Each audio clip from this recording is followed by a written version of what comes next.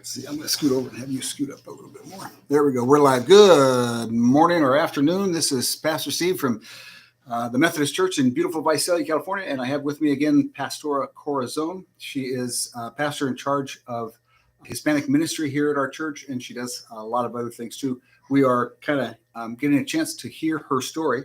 Last week, she talked about her life of faith, and that was a varied journey for her. Started out Catholic and faithfully and happily so, and then her sister became a nun, and mom wasn't really happy with that, so no more faithful Catholicism. And then then she became a Jehovah's Witness because a friend of hers invited her to be a part of that, and then she came out of Jehovah's Witnesses having discovered that it wasn't what she thought going into it, and became Methodist. So we're going to pick up the story there, and today we're going to talk a little bit more about her experience as a woman in Mexico and in the United States, but even more than that, what was it like to come to the United States and change cultures and be immersed in the things that she's been doing here. So good morning, Corazon. Good morning, Pastor Steve. I'm going to back up so we're about the same size. There we go. So let's start with, was it difficult being a woman in Mexico seeking ordination and being in seminary? Was there that kind of sexism in Mexico like there is in the United States? Absolutely. Okay, Absolutely. So talk about that a little bit. And I will say even more. I'm going to share something with you just to think about it. Okay. But for me, just for the fact to be a woman took me more time to be ordained than for Marcelo. Oh, so did they slowed the process down, or they didn't approve you and made you do more stuff, that kind of thing? Yes. Okay. Yes. All right. And yes, there is a lot of sexism, and sometimes we think that men are the ones who promote or cultivate this culture, but I think in my own experience, I would say that women we are key in that element, because for women sometimes they don't value you as a pastor, as a minister, just for the fact that you are a woman. Right. And even when we went to seminary, you went a little later than I did, but those were already antiquated, except for in the church. The church sometimes lags behind other parts of society. So it's interesting, Corazon. It sounds like a joke, and it kind of was, but it was also the truth. A gentleman who mentored me talked to me when I came out of seminary about how to be a good pastor, and he said, "You're going to go to churches where the men have all the leadership positions, but don't be fooled, right? The women run the church, so your best bet is to be best friends with the United Methodist women, because that's where the power lies." And in truth, until maybe the last 15 years, that was primarily true. Now at our church we have I think a really healthy balance, but in those times it was. So they held you back through the mechanism of ordination. Yes, through the ordination. So okay. I have to do more studies and more requirements for me. And another thing that it was very sad is if you get married, it's like you cannot serve anymore. Is that right? Is that the rule, or that's just the habit? A habit. Okay. It's a habit, and it depends on the cabinet and on the conference. Right. But you can face those things, and you can work as a minister, but you are not going to be paid because you are married. Okay.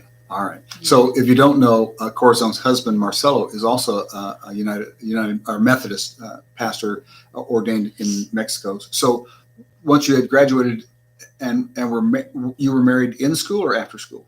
After school, Pastor Steve. Okay. Actually, we graduated and we got married in 3 years, because I came back to the same church where I was a member. Okay. And I made a promise to them. to come back and to serve because they support me in some Oh, nice. portion Yes. with the Okay. scholarship. Okay. And you know, I have several invitations to came here Mhm. to study, to continue a master's degree, to do my Latino ministry, but I I knew I I have to be Honorable. committed, honorable to Yes. come back Yeah. and fulfill the promise that I made with them. And some people, most of the people think that that was silly, but no, for me, it was my word. And I promised to came back, and I came back, and Yes. even I didn't get married until I finished my commitment over there. Yeah. So that just that lights a fire inside of me. So one of the things I struggle with in the church culture, uh, lots of pastors at every level of the church talk about the need for ethics and the need to be righteous. But every time they have a chance to give themselves a break and excuse themselves from doing the hard things, they do. And then they are surprised and oftentimes angry when a pastor actually does what they said they were going to do. It's just, it grieves me that in ministry, they don't really emphasize, look, we're supposed to be people whose word can be trusted. So I really genuinely admire pastors like yourself who you gave a promise, you received the help they said they're Yes. going to give, and then you went back and kept your promise. You didn't have to; they couldn't force you, but you did it. That just makes. Sometimes it doesn't make for the most successful pastor, right? Oftentimes, truthfully, the most successful pastors are glad handers. Do you know that term? They pat you on the back and they smile a Yes. lot, but they do whatever they want to do, and uh, uh, they don't really keep their promises. Pastors who do sometimes uh, don't have the biggest churches or the most successful ministries if numbers are all you're counting. But if you're counting changed lives and building trust and making the church a safe place for people to explore their faith, the pastors who keep their word are that. Sorry, I promise that's my last sermon for today because No, we're here to no. talk to Corazon. So Thank you. internally, Corazon, how did you deal? I assume there must have been anger or some kind of negative emotion attached to being treated poorly in the ordination process and then being thought that you were strange for keeping your promise. How do you deal with that inside as a Christian? You know, Pastor Steve, I think the sense of call from God Okay. is what it keeps me going, Yeah. and keeps me content and with joy and with peace. Good. And for me, the ultimate goal, it was to serve. So You were serving. yeah, I was serving. Okay. So that keep me with joy and with content. Okay. So Yes. so Corazon matured in the faith earlier than I did. My ordination was slow tracked also because I was too conservative for the church. But my reaction internally was, well, you people make up your mind. If you're going to ordain me, that's great. I'll serve. If you're not going to, I'll either go start my own church or join the Baptist church or whatever. But I'm not waiting around all my life for you folks to decide you like people who like the Bible. So I've tried to grow gracefully since that time and be a little less like that. So how is it that you came to the United States? Okay. I mar- I I married Marcelo in 2000. Okay. Okay. Yeah. And I was ordained in 2001. All right. And I was pregnant of Andre. Okay. And in my home church, I met a family who was very close to us. And they had a lot of business. But there was a financial crisis in Mexico. Mm-hmm. And also, they have some workers who work with their financial and they defraud them, Okay. and they lost almost everything. So they decide to came here to California to work in order to save their lands and possessions and Right. business that they still had over there. And I was a very good friend with their children, and they study English in Canada. Oh, So very, very nice family. So they lost almost everything, and they came to San Jose, California San Jose. to Okay. work and Yeah, whatever yeah. they can. So from kind of what we would call upper level Yes. bosses to common laborers because of the Yes. fraud. That had to be a hard but, journey for them. and they were Methodists, and they start attending La Trinidad. They met to the church in San Jose, California, Okay. and the church was almost dead. And when they came, and all of them is Juan, Marta, Betty, the daughter, and two boys. They work in different places, Mhm. and they start evangelizing Ah, and inviting people. And guess what? The Methodist Church, the Trinity United Methodist yes. Church, start growing and growing and growing with those Mexicans who Was came it English speaking or Spanish speaking? bilingual. Oh, bilingual. Okay, okay, all right. Bilingual. And the pastor, I knew that he was from Brazil. From Brazil. And spoke Spanish? Yeah, Okay, okay. yeah, it was Okay. by a bilingual See? ministry. And the day came when the district superintendent came to visit the church. And she saw the church full of people, new Mhm. people. And she congratulated the pastor. And the pastor said, "No, it's not me. It's these people." Good for the pastor. That's Yeah, great. he came from Mexico. And they are evangelizing, and they're inviting people. And then the district superintendent, her name was Ardit or Reed. Okay. She passed away some years ago. And she was the district superintendent in that area in Okay. our conference. She said to them, "I want to invite you to be missionaries here and to work with us." Yes, yes. And they had a tourist visa, Okay. and the Methodist Church do all the immigration Mhm. paperwork in order they can stay here and serve in the church. Nice. And they send them to another field in Greenfield. It was dead. And they start going door to door and doing the same in the church growth. That's nice. And even Bishop Chamana, I don't remember her.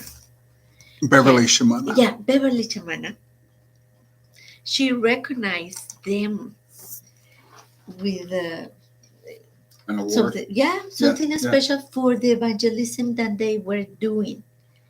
Well, the district superintendent asked them, "Where I can find more people like you? I need more people like Yes. you." And they said, "Oh, we have some friends that they are really pastors, not like us." Right, right. And it happens that when I was, a teenager, a young, I do a lot of evangelism with them That's right. You talked in about it. Mexico. Right. So they talk to the district superintendent about me and Marcelo. And the district superintendent called us to Mexico. And she asked if we will consider to come and to do Latino ministry here. And Marcelo and I, when we were students, we do Latino ministry and outreach. Marcelo, he was in Ohio in a conference over there, Mhm. and I was for 3 summers in the south of Illinois. Okay, so you've been into the States and done ministry. Yeah. Okay. As a student, Right. know. And so we knew something about Nice. Latino ministry, all the challenges of the difficulties. And Marcelo told me, "Oh no, we are not going to United States. We are going to stay here in Mexico, and we have an invitation also." Not from the United Methodist Church, but from another organization to go to um, Guatemala as a missionary. Okay, that would have been different than the Yeah, United States for with sure. with a Korean organization. Yes. And Marcelo said, no, no. And I said, okay. And then he said, oh, I think I'm going to reconsider. And that could be a possibility. Okay. Let's pray. And we asked permission to our district superintendent and to our bishop. And they said, no, because it's going to be a big loss for us. And we are going Yes. to, That's two ordained pastors. we are going to lose two elders. And we obey. And we say, okay. And they said, in 2 years. So in 2 years, we had that invitation and we asked again to our bishop. And he said, okay, probably I give you permission to go. Interesting. Yeah.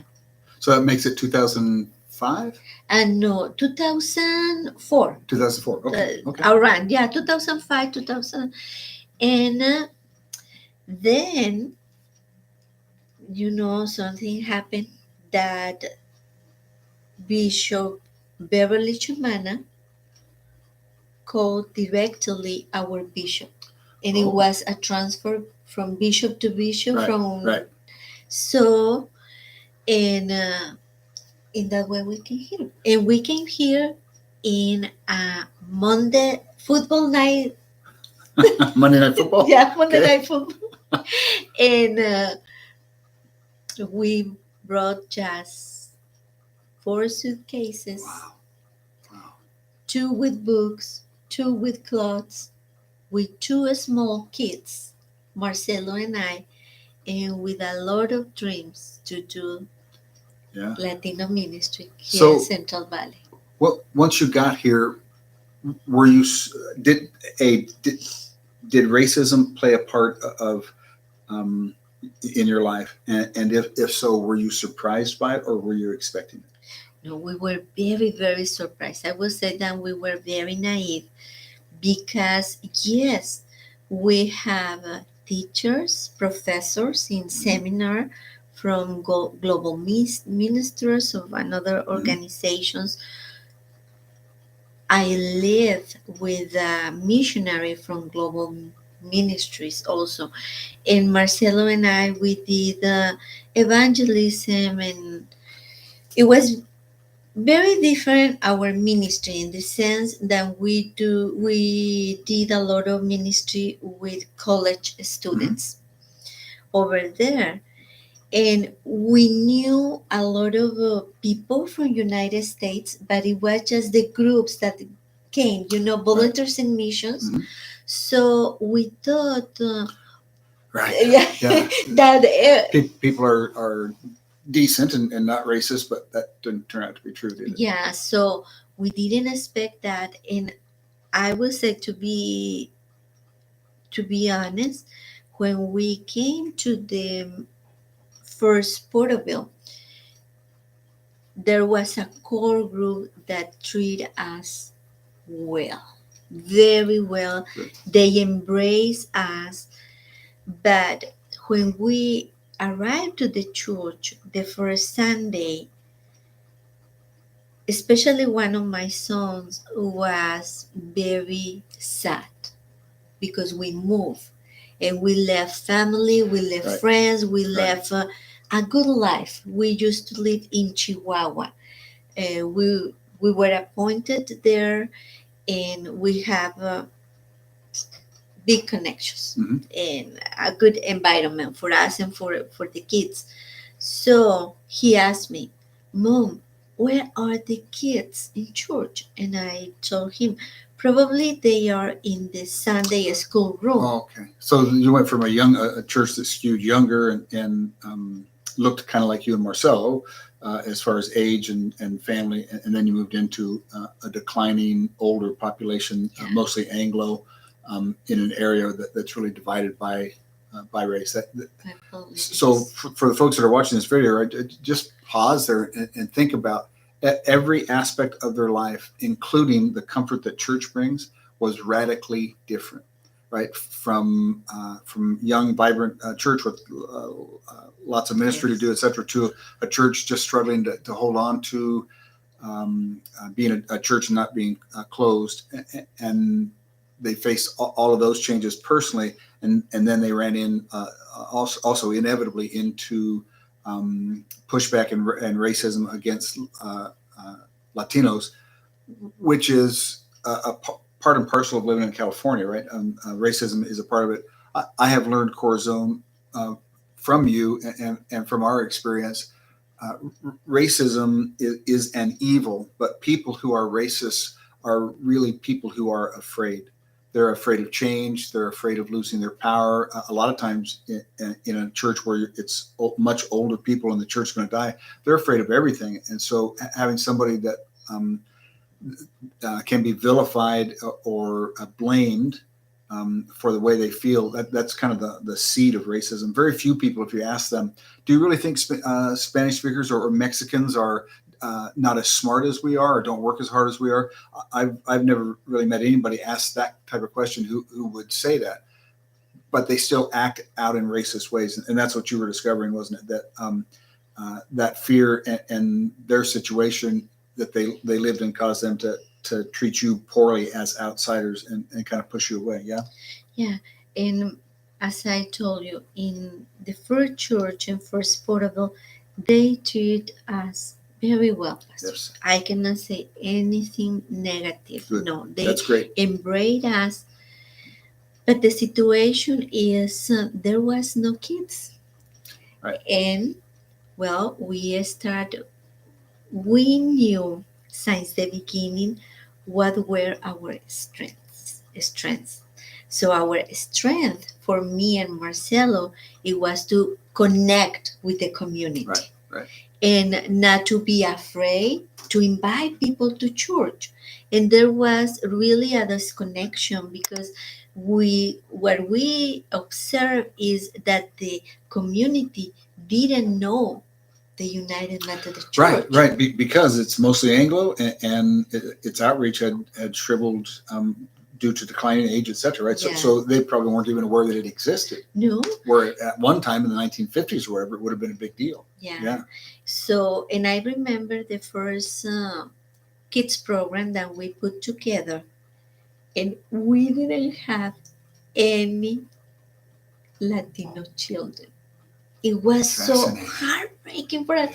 But we have like 7 Hmong kids. Okay. Because we were in the neighborhood inviting. Mm-hmm. And as I said, Marcelo and I, we were the ones who went outside. But inside of the church, there was that core of people who were very good to put together a program. Good. But they didn't have the kids. Right. But now Marcelo and I, we were there. And we start growing, Pastor Steve. We start growing, kids coming to church, having BBS again. Mm-hmm. And we had a good ministry. However, not all pastors support this type of evangelism or vision. And there was a change in the pastor. The other pastor, he was okay. Mm-hmm. And he didn't have any training. When we asked him, what is your experience? Because you asked Latino ministry to come to your church. Right. So what is your experience with Latino ministry? And he told us, I have experience doing ministry with Latinos because I have been in Mexican restaurants. I know what is tacos. I know what is tamales. Right. And that was his answer. That's not ministry. That's restauranting. And Marcelo and I, we were puzzled. Another pastor came because this pastor retired, and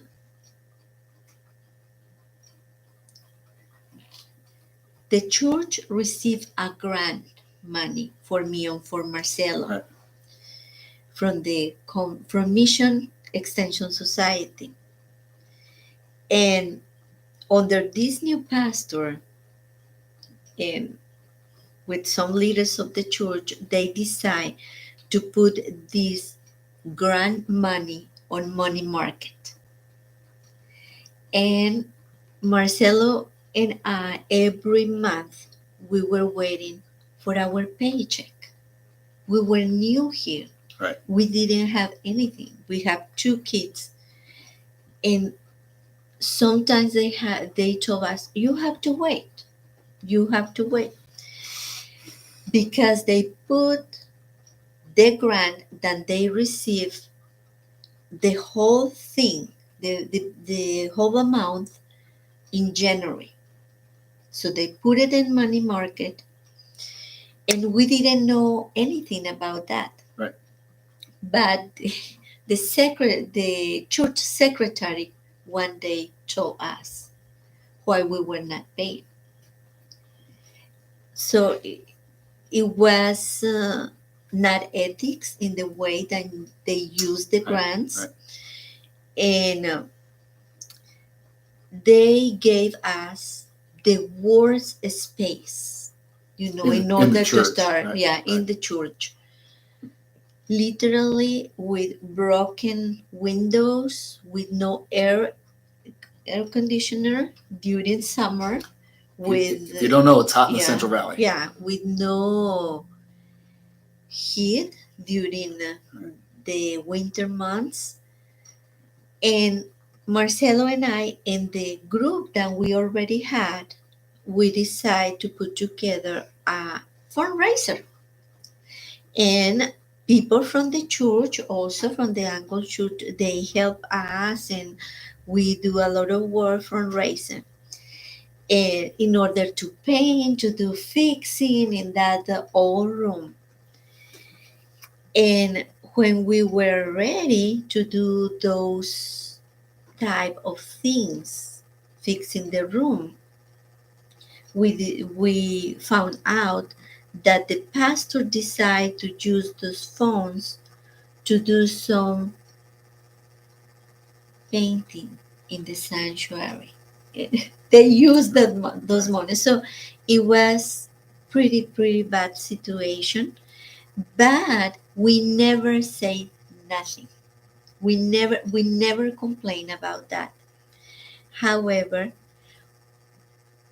immigration came because we had, a religious visa.